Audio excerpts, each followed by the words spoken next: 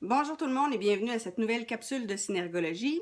Aujourd'hui, savez-vous reconnaître un manipulateur?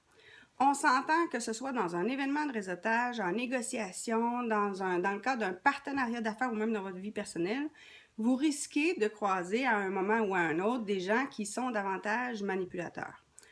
Est-ce que par le langage corporel, on peut déceler si quelqu'un a un comportement de manipulation?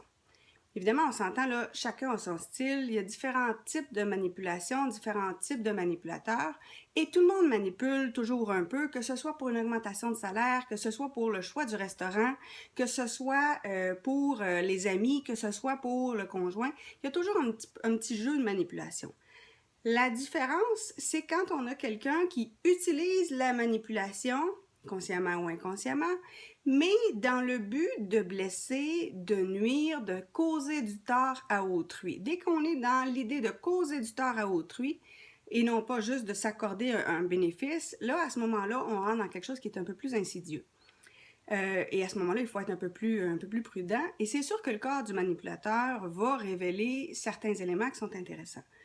Tout d'abord, que ce soit en vente, que ce soit en séduction ou que ce soit en manipulation, il va y avoir des comportements de prise en charge. C'est-à-dire que le manipulateur va devoir établir sa crédibilité et vous faire sentir que c'est lui qui mène la danse. Des fois, il va le faire plus doucement, des fois, il va le faire un peu moins doucement. Mais rapidement, il va y avoir un contact physique. Ça veut dire que le manipulateur, plusieurs fois durant la conversation, va s'organiser soit pour poser les mains sur votre avant-bras, tenir l'épaule, donner une petite tape dans le dos. Quand il va faire sa poignée de main, la deuxième main va venir s'ajouter. Donc, il va y avoir des éléments de prise en charge. On s'entend quand on a quelqu'un qui est super content de venir nous voir, il arrive, il donne la poignée de main, puis la deuxième main va arriver.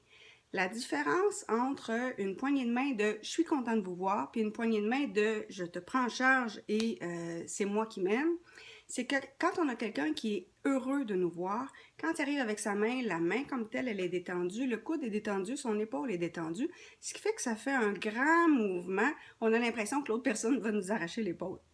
Alors que quand on est avec quelqu'un qui est davantage dans la domination, la main est beaucoup plus rigide, plus crispée, le poignet est plus crispé, l'épaule est plus crispée, ce qui fait que ça donne un mouvement qui est beaucoup plus rigide. On est moins dans la fluidité, on est davantage dans un mouvement qui est beaucoup plus statique.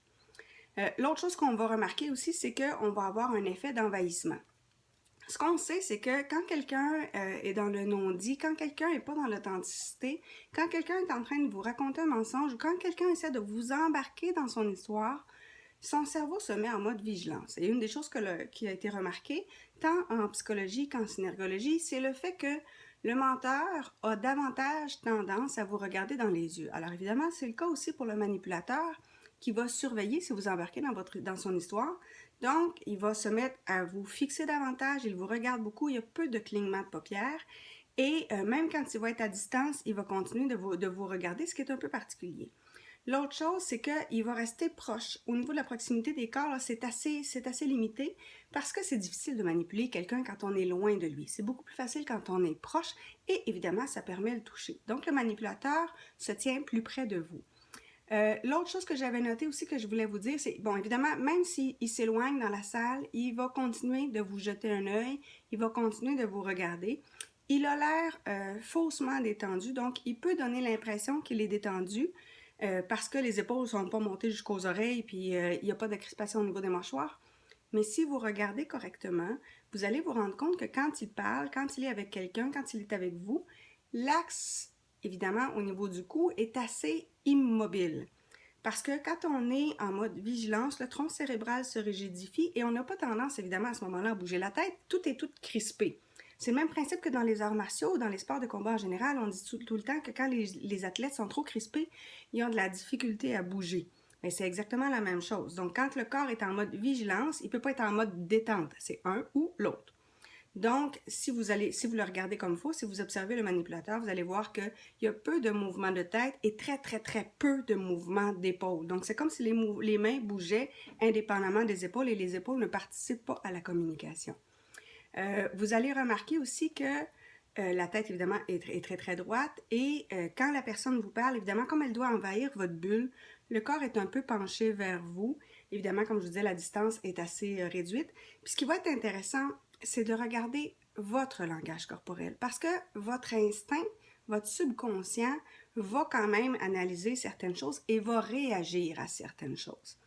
Et quand votre esprit se sent envahi, quand votre corps se sent envahi, généralement, il a tendance à se protéger. Donc, regardez comment vous-même vous réagissez avec cet individu-là, que ce soit un homme ou une femme. Est-ce que vous croisez les jambes vers cette personne-là ou au contraire, vous croisez dans l'autre sens? Est-ce que vous avez tendance à croiser vos bras? Est-ce que vous avez, si vous êtes une femme, est-ce que vous avez tendance à vous accrocher après la bandoulière de votre sac à main? Si vous êtes un homme, est-ce que vous avez tendance tout de suite à mettre les mains dans les poches dès que vous êtes en présence de cette personne-là?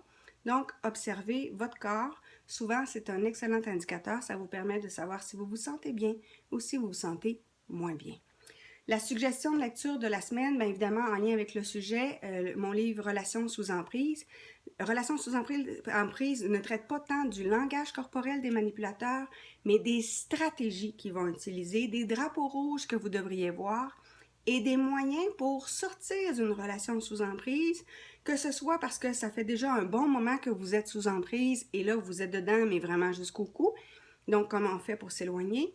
Si vous êtes en train de développer une relation avec quelqu'un et vous vous rendez compte en cours de route que c'est toxique pour vous, donc comment on fait pour s'éloigner?